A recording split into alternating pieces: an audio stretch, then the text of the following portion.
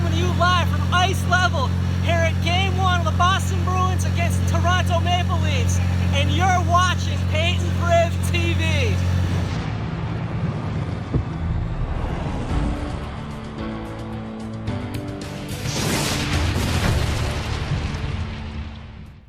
Ladies and gentlemen, welcome back to the most phenomenal show on the internet, Payton Priv TV.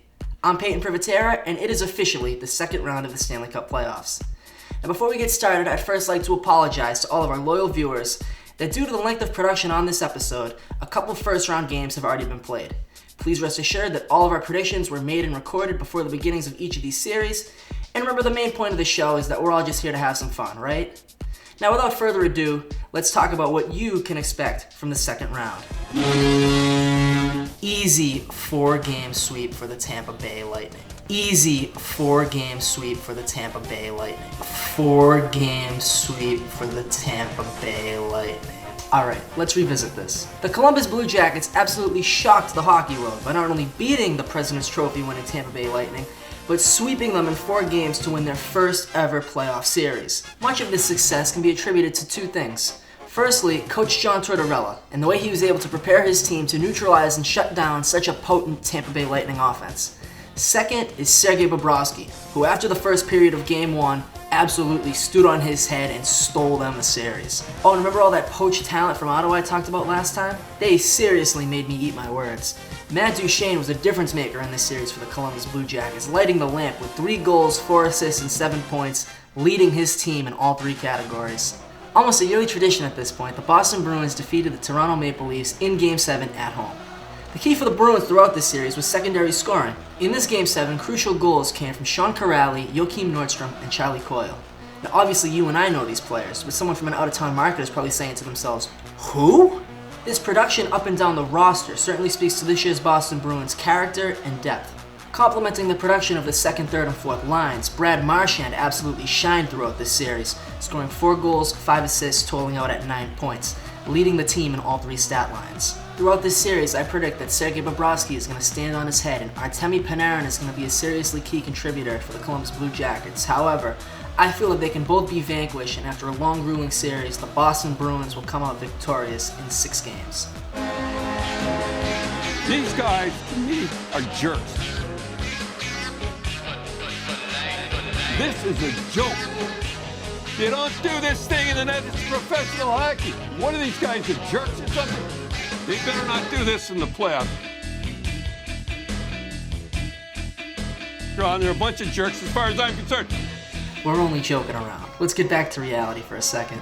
Due to some more improbable finishes in the Metropolitan Division bracket, the Carolina Hurricanes look to face off against the New York Islanders in the second round of these playoffs. After defeating the Pittsburgh Penguins in 4 games, with the first 2 of those games taking place in the Nassau Coliseum, the New York Islanders return home to the Barclays Center in Brooklyn for this second round series. For special insight on this series, we're going to go back to New York native Jeff Rosenthal and hear what he has to say about the series. Good to see you again. I'm here in Lower Manhattan where Friday night, the improbable, impossible season of the New York Islanders continues right across the river there. As you can see across Lower Manhattan, there's Brooklyn. And the season continues against the Carolina Hurricanes. And it's just been an incredible run for the Islanders so far. Now Jeff, as I mentioned earlier, the Islanders and the Hurricanes play each other a lot during the regular season. They're both in that made-for-TV, beat-em-up Metropolitan Division. Do you see that rivalry playing a factor throughout this series? You know, Peyton, let me take you to opening day this season, October 4th, 2018. New York Islanders and Carolina Hurricanes. Islanders had low expectations coming into the season after losing their captain. They shut out the Hurricanes for almost 59 minutes until the Hurricanes pulled their goalie, tied the game 1-1, but then less than a minute into overtime, Josh Bailey scored the game winner and showed the kind of grit that we would see from the Islanders this entire season. Now Jeff, I know that this 4-0 victory over the back-to-back Stanley Cup champion Pittsburgh Penguins was the first sweep conducted by the Islanders in quite a while. Peyton, you know the last time the Islanders swept a series in the playoffs? It was against that man's team right up there, 1983, Edmonton Oilers, Islanders 4, Oilers 0, 4th cup secured.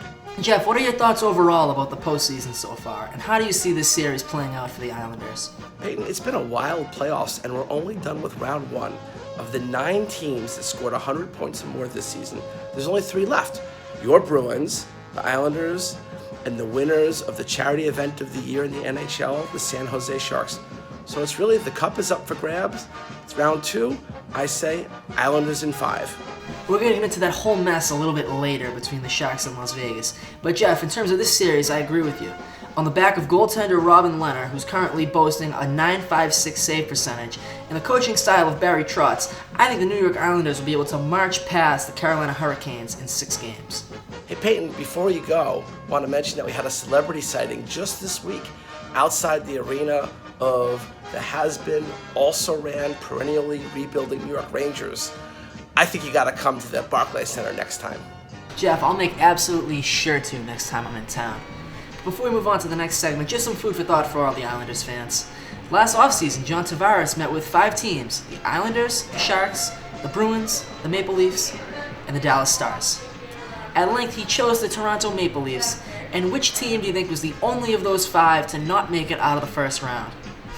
Traitor. Let's talk about what happened in Game 7 between the Vegas Knights and the San Jose Sharks. Up 3-0 late, the Las Vegas Knights were called for a 5-minute high sticking penalty after an illegal hit to Joe Pavelski. As badly injured as Pavelski was on that play, I think they were right to call a penalty, but I do not think it should have been a 5-minute major for high sticking, given the fact that although he was illegally checked, he was never actually high sticked. Regardless of whether or not that was the right decision by the referees, at length, the Sharks overcame a 3-0 deficit in the third period and wound up defeating the Golden Knights 5-4 in overtime. As the Sharks move on, we're going to go back to one of our best in-house analysts, Francis Selldorff, who's going to tell us what you can expect from this second-round series between the San Jose Sharks and the Colorado Avalanche. Fran, break it down. Payton, Priv TV, your boy Fran is back, alright? He's back in the building. He made it after first round. He said the Sharks would win over the Golden Knights, and what happened? They got it by the skin of their teeth, but hey, maybe that was because of me. Who knows? I'm kidding, obviously. Alright, I'm back to give you a second round prediction. Alright, this time it's the Colorado Avalanche versus the San Jose Sharks. The Avalanche are hot after beating the 3rd overall in the league. Flames, first seed in the Western Conference, in 5 games, and then the Sharks, again, 7 games over the Knights. Some key players to look out for, I think. Obviously, Nathan MacKinnon is absolutely insane. Mikko Rantanen, for that matter, is also really good. But I don't really see the Avalanche having that much depth. And then Carlson, Couture, Brent Burns, the usual guys. I think they're going to be in there for the Sharks, and I think the goaltending advantage does go to Martin Jones. I don't think Philip Grubauer is anything special, and the Sharks are older, so I'm saying Sharks in 5 or 6. I agree with you there, friend. You're not going to hear very much more out of me. I mean, on the Avalanche side, the combo of Rantanen and Nate MacKinnon have been playing off the wall. Grubauer is certainly living up to the hype.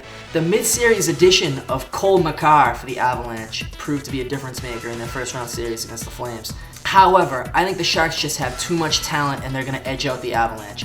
With the amount of assists Joe Thornton had in the first round, he's been a real playmaker for this team. His line has been playing out of its mind. Goaltender Martin Jones has been unbelievable between the pipes. In that game against the Knights that went into double overtime, he made 58 saves on 59 shots to win the game. Obviously, other players on the team like Evander Kane and Brent Burns have certainly showed up and done their job, but I think the true difference maker for this year's Sharks team is Erik Karlsson. He is playing some of the best hockey of his career. He is phenomenal. As injured as he is, I don't know how he's getting back out on the ice every night and performing to the level he is. I think personally, when all is said and done with this series, the Sharks are going to walk away with it in 6 games. Oh, and why do I love Erik Karlsson so much? He tells me where to buy the best hair gel. Come on, dude, stay with the program. The Dallas Stars defeated a strong Nashville Predators team this year, thanks in huge part to their first line of Tyler Seguin, Jamie Benn, and Alexander Radulov, the impact of a returning Matt Zuccarello, and the incredible performance by goaltender Ben Bishop. A huge anchor for this Dallas Stars team throughout that series was their special teams. In 15 opportunities, the Nashville Predators scored 0 goals on the power play.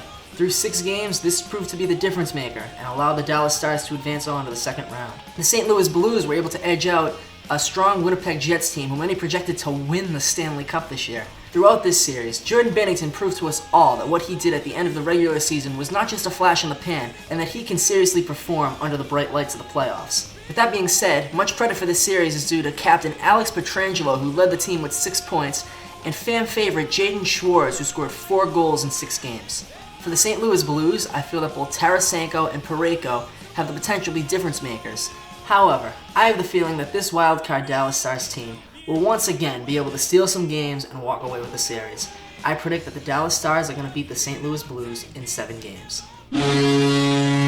Next on the show, to give us his thoughts about the elimination of all Canadian teams from this year's Stanley Cup playoffs, is a representative from our Canadian affiliate network, Payton Priv TSN, named Prayton Kachiv. Oh no, not this kid again. How are you, pals? Welcome back to the show. I'm your host, Prayton Kachiv. And as you can see, I'm out here on the practice green, working on my putt. This happens to be a common thread right now throughout the nation of Canada, as no Canadian teams have made it out of the first round of the playoffs. How sad. Someone you should really all be feeling sad for throughout the month of April and May is Mike Smith. He played out of his mind between the pipes for the Calgary Flames, and none of his other teammates seemed to give a damn in the first round. It's a disgrace for him to have played as well as he did and for that team to lose the series in 5 games. Another team from the true north that found themselves not worthy this spring are the Winnipeg Jets. The Winnipeg Jets, not being able to win a single playoff game on their home ice, dropped the series to the St. Louis Blues in 6 games. I don't know how much of this was truly their fault. That series was sort of a flat stalemate until the very end. The Jets were just flat out played by the Blues. Now the last team for us to talk about here today are the Toronto Maple Leafs. There was nothing special about that series, they just blew it.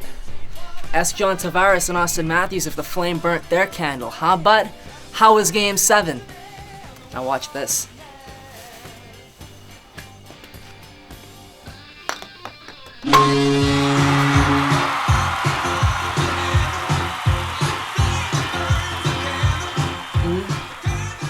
Right. You know, I get that. I understand that. But my question for you is, can I fire people from the affiliate network? Like, do I have that power? I should, right? Hey everybody, how you doing? Welcome back to the studio. So that's the end of the episode, pretty much. We're here at the second round. Obviously, you know all of our predictions. If you have some of your own, make sure you let us know in the comment section below. We love hearing from you. If you enjoyed what you saw here tonight, make sure you leave a like and click the subscribe button. That's gigantic. That helps us immensely.